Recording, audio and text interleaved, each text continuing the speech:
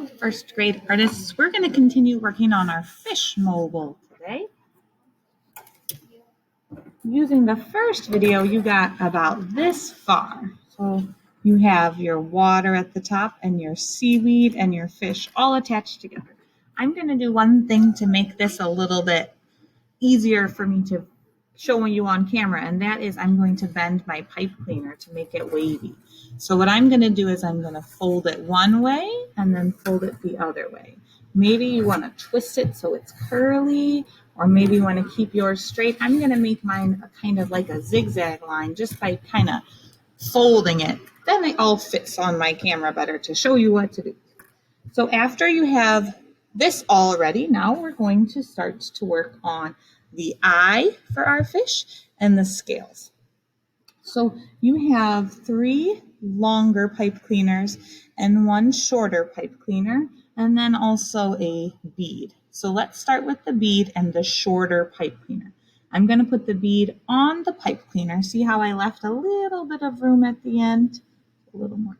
So I'm going to do that, and I'm going to take this little short side and I'm going to fold it on top of the bead so that that bead can't fall off. We don't want his eye to fall off, right?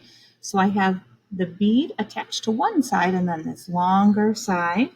So now my fish's eye is close to this pointy part of his face, right? It's not all the way back by his tail. So I'm going to put this on top of the wire. And now I'm going to do what I did here with this green seaweed wire.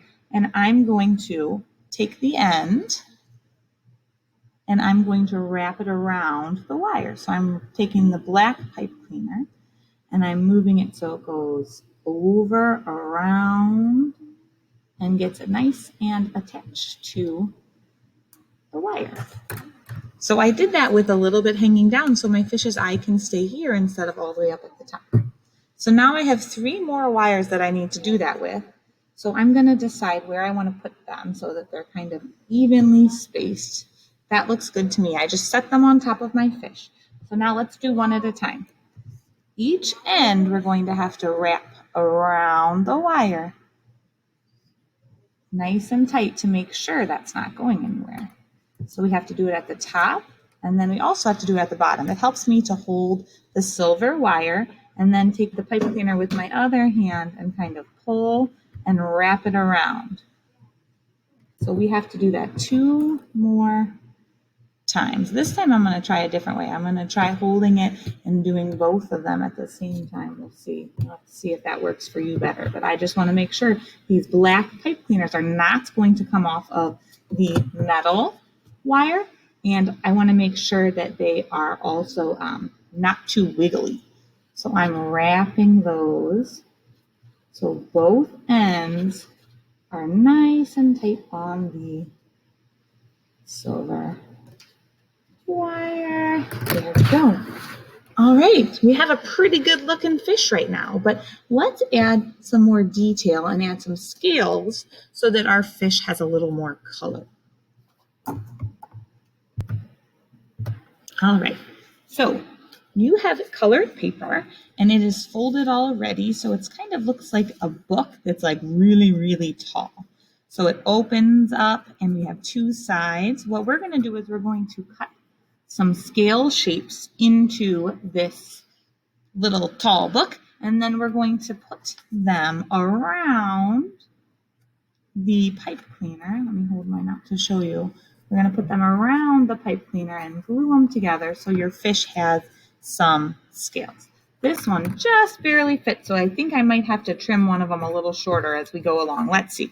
So this is what I'm going to do. First, what I'm going to do is I'm going to show you the type of line that we're going to cut. So you don't have to draw this on your paper, but I'm going to draw it just to show you what we're doing. So we drew some bumps to be our fish's scales. I only did 3. You don't want to do 100 bumps because it's going to be very tricky to cut out. So the bumps are very close to the fold.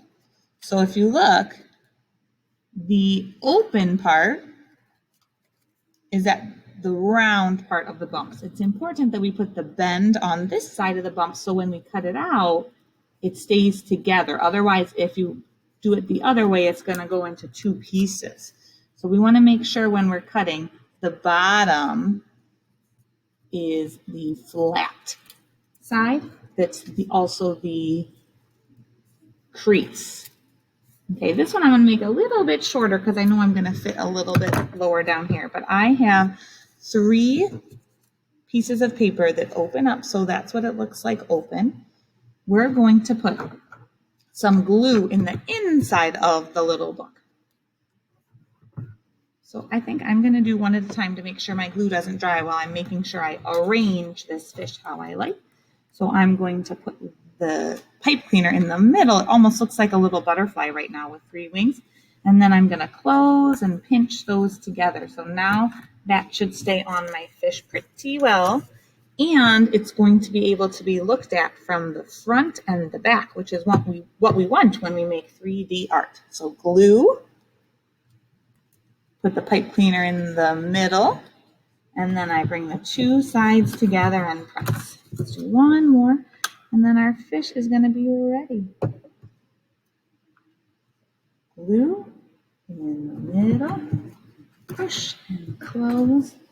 And there is my fish logo. You can look at it from both sides, ready to hang up and show off. Don't forget to close up your glue and clean it up so there's no sticky, icky parts. Happy creating, first grade.